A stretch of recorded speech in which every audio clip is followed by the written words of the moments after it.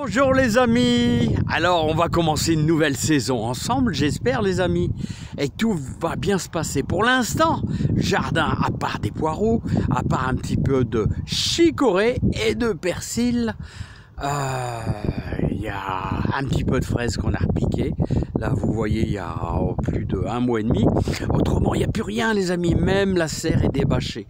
Voilà, bon, on est début janvier, c'est normal. Alors je voulais vous parler d'un sujet très important si on commence nos tomates, nos semis de tomates ensemble, pour mettre tout, bah, bien sûr dans la serre là-bas. Donc là on commence en général de bonne heure.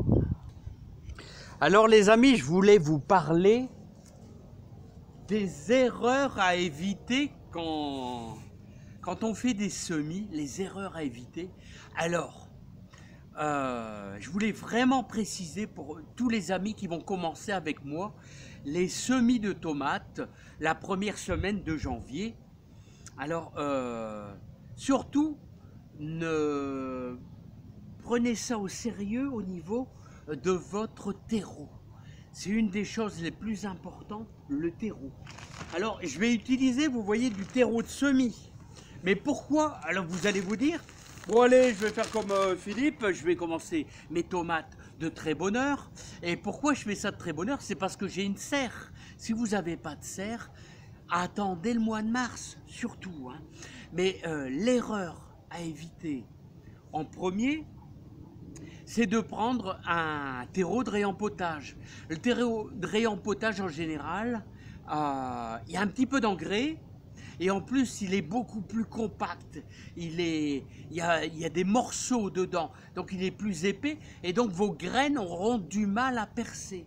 Tandis que le terreau de semis, alors regardez bien, pourquoi on dit le terreau de semis? Donc c'est pour semer, c'est pas pour rien les amis. C'est pourquoi c'est un terreau super fin. Il est super fin, vos graines vont percer très facilement. Alors, qu'est-ce que vous pouvez prendre comme support? Alors vous voyez, moi je prends des bacs à poissons. Alors j'ai mis une petite feuille de papier journal et théoriquement ils sont déjà percés. On peut y faire 2-3 trous. Mais sachant qu'on ne va pas mouiller très fort, alors moi je vous invite également à pas trop mouiller. C'est important aussi. Si jamais vous mettez trop d'eau, ça va pourrir. Vous allez avoir un voile sur votre terreau de moisissure. Et ça c'est un signe, tout simplement, que vous mettez trop d'eau. Alors je vous invite, moi je prends toujours le même, un petit pulvérisateur comme ça. Vous voyez, c'est de je sais pas quoi, que j'utilise tous les ans. Là, vous voyez, il y a même un petit peu sale, mais ça, on s'en fout, c'est un détail que vous allez remplir d'eau. Alors, deuxième erreur à éviter surtout. Surtout, n'allez pas prendre vos petits pieds de tomates vont être, on va dire, à 19-20 degrés dans votre maison. Vous allez prendre de l'eau, vous allez dire « Oh, je vais prendre de l'eau de pluie ». Vous allez le prendre à l'extérieur qui fait 5 degrés. Vous allez arroser tous vos petites tomates. Vous allez voir vos petites tomates dégringoler à cause de la différence de température. Donc vous devez toujours avoir. C'est vrai que c'est mieux de l'eau de pluie, mais vous devez l'avoir à température de votre maison. Donc moi je vous dis, essayez de prévoir déjà votre eau de pluie à l'intérieur et vous laissez une journée, elle va prendre automatiquement au bout de 2-3 heures la température de votre maison. Hein. Voilà, donc on a dit bac à poissons, on a dit feuille de papier journal dans le fond. On mettra notre terreau de semis à moitié et comme vous avez vu, j'ai enlevé une petite surface, là, un petit peu le haut. Pourquoi? Parce que le gros problème, il n'y a pas beaucoup de lumière. Il va falloir les réempoter dans des petits pots plusieurs fois, hein, peut-être quasiment 3 fois. C'est le prix à payer quand on veut gagner du temps. Voilà. Alors vous allez dire, il y en a qui sont pas trop pour, qui veulent pas démarrer leurs tomates trop tôt. Vous faites ce que vous voulez. Chacun fait comme il veut. C'est ça qui est super. Voilà.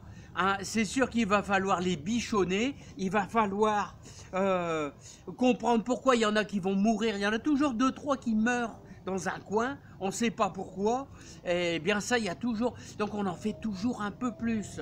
Moi je vais en faire une quarantaine de pieds, comme d'habitude, peut-être 45, je vais faire des boutures au mois de juin avec les gourmands. Je vais faire de la Montfavet, je vais faire de la cœur de bœuf Rifred. Alors Rifred, je peux récupérer les graines. La Montfavet, c'est une hybride. Voilà pourquoi j'ai toujours adoré la Montfavet. Parce que le monsieur qui m'a appris à greffer les arbres fruitiers, c'est un monsieur très âgé, il adore cette variété-là. Et c'est vrai que on a tendance, quand on a appris avec les anciens, de prendre de la Montfavet. Mais vous prenez ce que vous voulez. Ça ne regarde que vous. Chacun choisit les variétés de tomates qu'il veut faire. Ça, c'est normal. Donc, les arrosages, il faudra y aller avec minutie. On le fera ensemble. On va mouiller en surface. L'humidité, alors c'est vrai que le premier arrosage, on va arroser un peu plus. Mais ensuite, on va être modéré, hein, tous les 2-3 jours. On va le mettre dans nos fameux bacs transparents parce que moi, j'ai des chats. Et les chats, si je vous laisse le bac à l'air libre comme ça, eh ben, au bout de 2 heures, je suis sûr, ils vont labourer dedans. Hein. Ils vont labourer dedans, les amis. Hein. Alors, les amis, on fera ça cette semaine. Alors, les erreurs à éviter surtout, ne prenez pas du terreau de réempotage. Vous allez avoir de la perte, beaucoup de pertes, parce qu'il est trop grossier. Ensuite, voilà, il ne faudra pas arroser trop. Hein, et si vous voulez, on les comptera ensemble.